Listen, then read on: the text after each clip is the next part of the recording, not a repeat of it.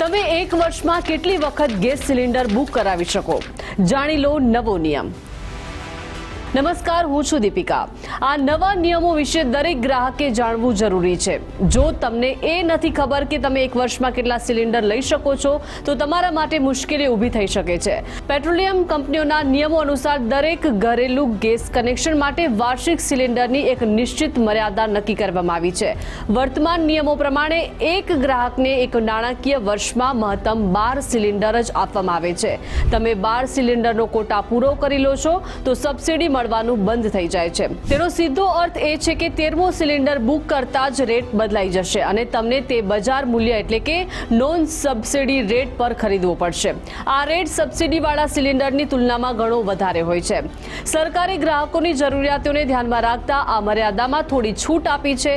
જો તમારા ઘરમાં મહેમાનોની અવરજવર કે કોઈ પ્રસંગના કારણે ગેસનો વપરાશ વધી જાય છે તો તમે એક વર્ષમાં મહત્તમ 15 સિલિન્ડર લઈ શકો છો। જો કે ધ્યાન રાખવું કે 12મા સિલિન્ડર પછી તમારા 3 સિલિન્ડર પર તમને સરકાર તરફથી કોઈ જ નાણાકીય સહાયતા કે સબસિડી નહીં આપવામાં આવે।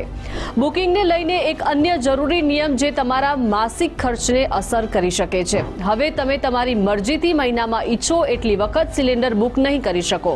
નવો નિયમ અનુસાર દરેક ગેસ કનેક્શન પર એક મહિનામાં મહત્તમ 2 સિલિન્ડર જ બુક કરવા કે ખરીદવાની મર્યાદા નક્કી કરવામાં આવી છે। ગેસના દુરુપયોગને રોકવા માટે આ પગલું લેવામાં આવ્યું છે। લોકો ઘણીવાર એ વાતને લઈને મૂંઝવણમાં હોતા હોય છે કે તેને એક વર્ષમાં કેટલા સિલિન્ડરનો ઉપયોગ કર્યો છે। તો હવે તમારા બુકિંગ હિસ્ટ્રીઝ અને ક્વોટાને એક્સેસ કરવું ખૂબ જ સરળ છે।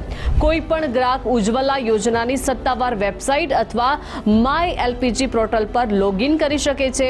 અહીં તમને તમારા કનેક્શન સંબંધિત દરેક વિગતો તમને ઓનલાઈન ઉપયોગમાં લીધેલા સિલિન્ડરોની સંપૂર્ણ યાદી મળશે। તેથી જો તમને ખાતરી ન હોય કે તમે કેટલા સિલિન્ડરનો ઉપયોગ કર્યો છે તો જાણવા માટે અહીં જાઓ। આ સમય પહેલા તમારા કોટાની તપાસ કરવાથી રસોઈના બજેટને યોગ્ય રીતે પ્લાનિંગ કરવામાં મદદ મળે છે।